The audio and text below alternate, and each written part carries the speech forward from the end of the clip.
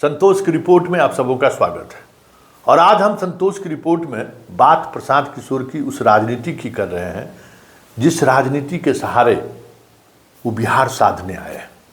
जी हाँ, जिन 4 विधानसभा में उपचुनाव हो रहा है, कल वोट पड़ना है, उन चारों विधानसभा चुनाव में प्रशांत किशोर की भूमिका, प्रशांत किशोर की रणनीति पर अगर आप गौर करेंगे तो बहुत सारी चीज़ें स्पष्टता के साथ आपको दिख जाएगा, एकदम क्रिस्टल की तरह साफ, कि प्रशांत किशोर का उद्देश्य क्या है, प्रशांत किशोर का बिहार आने का मतलब क्या है और प्रशांत किशोर किसके लिए काम कर रहे हैं, ये भी साफ आपको दिख जाएगा।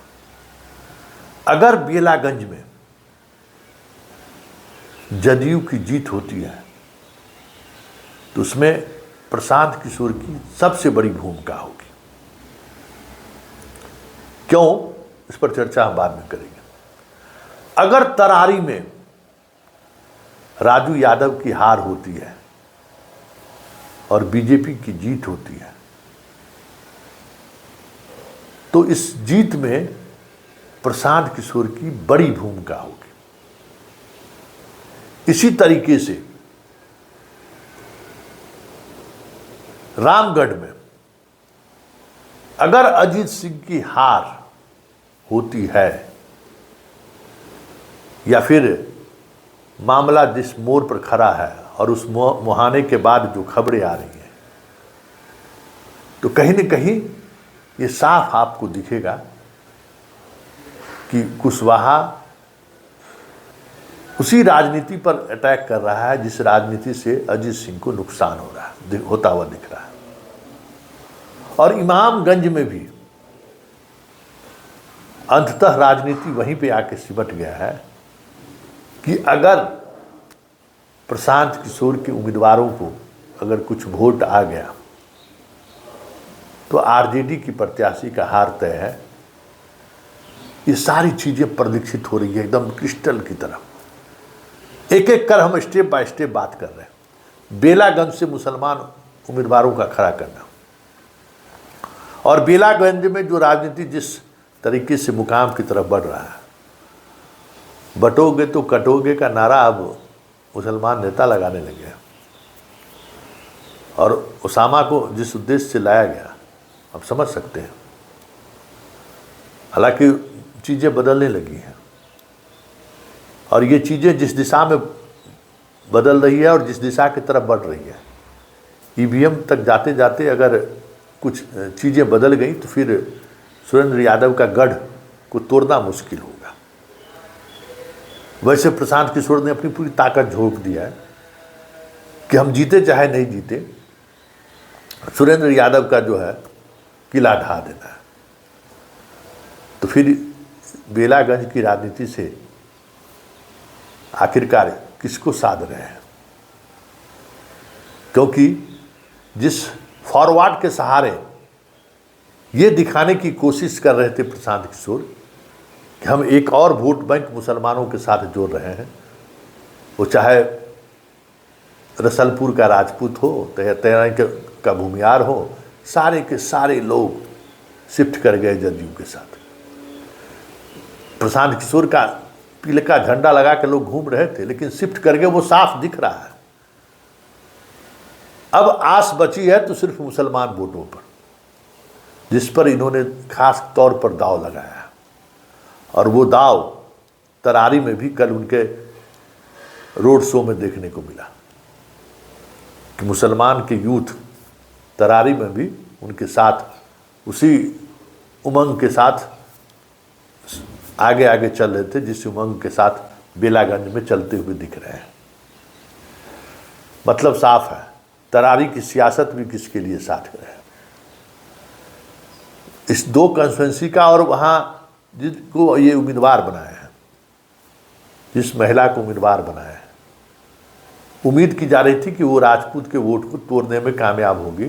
तो वहाँ जो उन्होंने कम्बिनेशन बनाया था, राजपूत, मुसलमान, कुछ अन्य दलित जातियाँ, और उस कम्बिनेशन के सहारे इतना वोट ले आए कि सामने वाले को थोड़ा कंफर्ट स्थिति में लड़ाई हो जाए।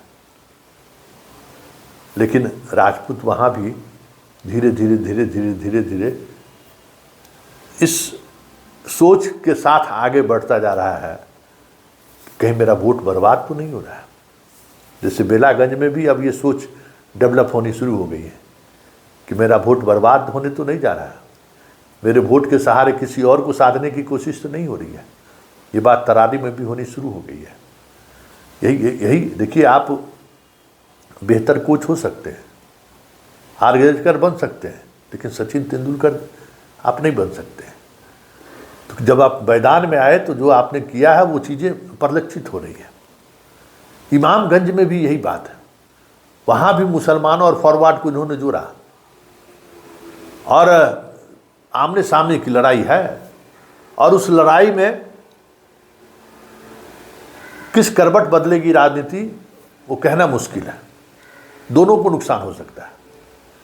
लेकिन अब धीरे धीरे वो राजनीति एकदम मतलब शिफ्ट होने की स्थिति पे आके है कि फॉरवर्ड वहाँ की जो है वो क्या सोच रहे हैं कि राजनीति किस तरीके से साधी जा सकती है, और उसी तरीके से मुसलमान भी कि अगर हम आरजेडी के फोल्डर से बाहर आते हैं तो जो सामाजिक ताना बाना है, जो धर्मनिरपेक्षता के नाम पर जो ताना बना हुआ आ रहा है, यादव और मुसलमान के साथ जो रिश्ता रहा है, उस रिश्ता के टूटने के बाद क्या क्या हो सकता है, अब इस पर भी चर्चा होनी शुरू हो गई। मतलब इमामगंज की स्थिति भी आप समझ सकते हैं। यही स्थिति रामगढ़ में है। वहाँ आरजेडी का जो कुशवाहा को साथ लाने की जो कोशिश लोकसभा चुनाव में किया गया, वहाँ साफ दरकता हुआ दिख रहा है। वहाँ कई ऐसे वोट पर भी वो सेंधमारी करते दिख रहे हैं जो वोट आरजेडी का कोर वोटर माना जाता था।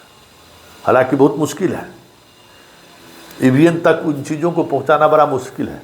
लेकिन जरा 4 विधानसभा के उपचुनाव से देखिए कि प्रशांत किशोर चुनाव जीतने के लिए अपने उम्मीदवार को उन्होंने उतारा है या फिर किसी को जिताने के लिए उतारा है।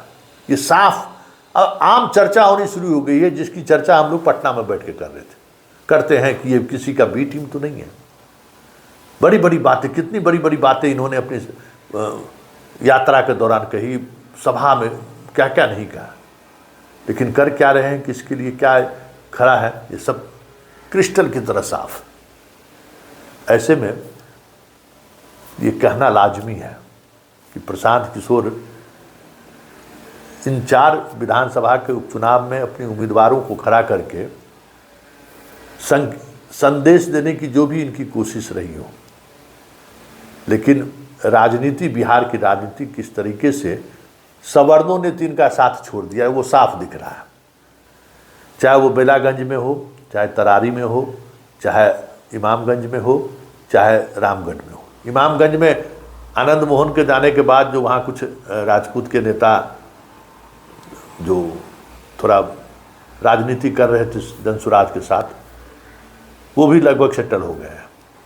तो सवर्णों के साथ जो बिहार बदलने की बात बार बार हम कहते थे ना कि बिहार में जो राजनीति है ना, उस राजनीति को साधना प्रशांत किशोर के बूते की बात नहीं है।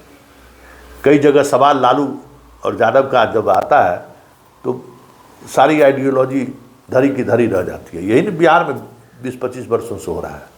तो इमामगंज में भी स्थिति वही हुआ, सवर्ण इनके साथ छोड़ने लगे। तो मुसलमान कोई बेवकूफ़ थोड़ी है, मुसलमान भी सोचना शुरू हो गया कि ये क्या दिख रहा है। और रामगढ़ में भी यही स्थिति है कि कुशवाहा अगर बीजेपी के साथ नहीं जाके प्रशांत किशोर के साथ जाने से अगर किसी को लाभ पहुंच रहा है तो फिर वो राजनीति में क्यों करूं, मैं उन्हीं के साथ क्यों नहीं रहूं जो जीतने वाला उम्मीदवार हूं। तो यही राजनीति है और यही राजनीति का दाव पेच है जिसको समझना बेहद जरूरी है। और प्रशांत किशोर को लेकर बार बार हम ये कह रहे थे कि भाई बिहार बदलने की बात आप कर रहे हो ना, तो आप चाणक्य की भूमिका में बाहर निकलिए, चंद्रगुप्त की तलाश करिए। आप चंद्रगुप्त की तलाश नहीं कर रहे हैं, आप खुद ड्राइविंग सीट पर बैठे हुए थे। चाणक्य कभी ड्राइविंग सीट पर खुद नहीं बैठे। आप ऐसे ऐसे उम्मीदवार को ला रहे हैं जिनकी कोई उपयोगिता नहीं है। आप ऐसे ऐसे लोगों को आगे बढ़ा रहे हैं जिनका अपना कोई, हर किसी का राजनीतिक अपना स्टैंड रहा है पहले से। आप चाणक्य चंद्रगुप्त खोज के नहीं ला रहे हैं, आप उसी घनानंद के बीच के लोगों को ला रहे हैं जो समय समय पर कभी घनानंद के साथ मगध के प्रति कोई लॉयल नहीं है। सब घनानंद के से या तो वैचारिक मतभेद है या राजनीति नहीं सधी, तो वो इधर से इधर घूम रहे हैं। सारे के सारे ये घनानंद के ही चट्टे बट्टे लोग हैं। ऐसे में चंद्रगुप्त को ढूंढना और चंद्रगुप्त के सहारे चाणक्य जो बिहार को बदल दिया था, सोचना बेईमानी तो नहीं है।